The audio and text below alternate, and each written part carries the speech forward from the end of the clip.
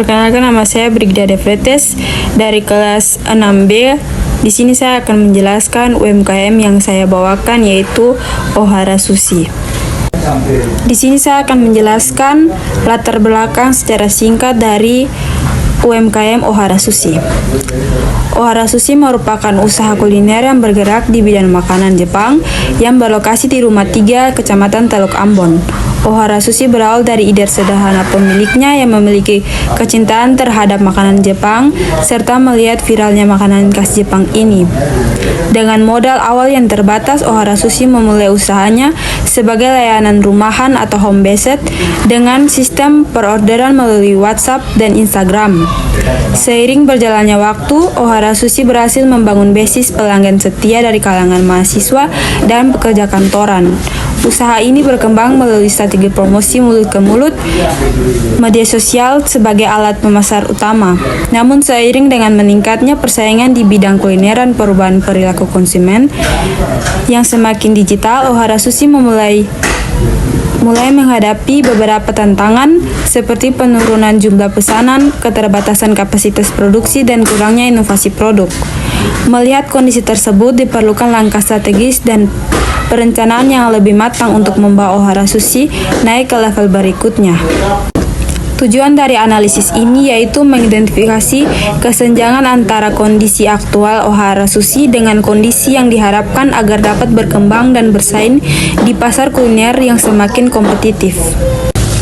Hasil analisis kesenjangan yang pertama, aspek pemasaran.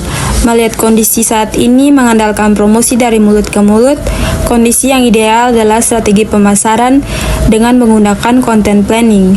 Kesenjangan, jangkauan pasar terbatas, sulit bersaing dengan brand yang lain. Rekomendasi atau solusi, bangun branding yang kuat, buat konten berkala menggunakan Facebook atau Instagram. Aspek produksi, kapasitas produksi terbatas, hanya bisa melayani jumlah pesanan kecil per hari. Kondisi yang ideal, sistem produksi yang efisien dan scalable untuk permintaan tinggi. Kesenjangan, tidak bisa menerima pesanan dalam jumlah besar atau mendadak. Rekomendasi, tambah peralatan pendukung, rekrut tenaga kerja, atau sistem pre-order terjadwal. Yang berikut, aspek inovasi produk. Beberapa menu kurang disukai pelanggan. Aspek yang ideal, inovasi berkala sesuai tren pasar. Kesenjangan, konsumen mulai bosan, kompetitor menawarkan lebih banyak varian. Rekomendasi, riset secara lokal, luncurkan menu edisi musiman, dan adakan polling pelanggan secara rutin. Yang terakhir, digitalisasi dan teknologi. Pesanan lewat media online masih lambat. Kondisi ideal, sistem pemesanan online yang praktis dan terintegrasi. Kesenjangan, respon lambat, pelanggan bisa berpindah ke kompetitor yang lain yang lebih praktis. Rekomendasi, gunakan WhatsApp Business dengan fitur katalog dan auto-reply, integrasi link, pemesanan di bio Instagram, pertimbangkan platform, atau gunakan GoFood atau GrabFood. Jenis strategi yang pertama, SO atau Strength Opportunity. Strategi yang disarankan, gunakan cita rasa lokal dan harga terjangkau untuk mengembangkan menu baru yang sesuai tren makanan Jepang. Yang kedua, WO atau Weakness Opportunity. Strategi yang disarankan, integrasi dengan platform logistik dari aplikasi delivery online untuk mempercepat pengantaran. Yang ketiga, ST atau Strength Chart. Strategi yang disarankan, tawarkan nilai unik atau rasa lokal dan harga terjangkau sebagai diferensiasi dari brand besar atau franchise. Yang keempat, WT atau Weakness Chart.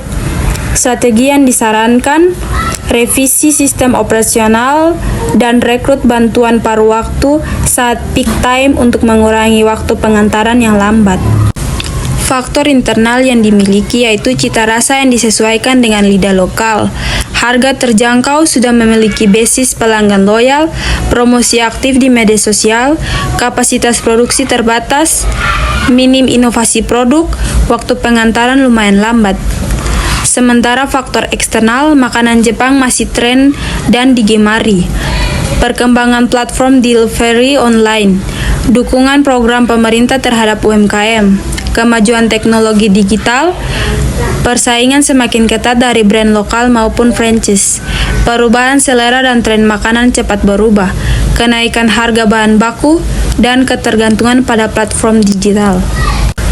Berikut ada penilaian dan tabulasi rating dan juga tabulasi bobot hingga pada nilai akhir yang dapat dilihat, yaitu min 6,283. Kesimpulan yang saya ambil, UMKM saat ini berada di persimpangan penting antara peluang besar dan tantangan nyata. Dengan kekuatan seperti cita rasa produk yang sesuai secara lokal, harga yang terjangkau dan basis pelanggan loyal, UMKM memiliki fondasi yang kokoh untuk berkembang, namun keterbatasan kapasitas produksi, minimnya inovasi, dan lambatnya waktu dalam pengantaran menjadi hambatan yang harus segera diatasi.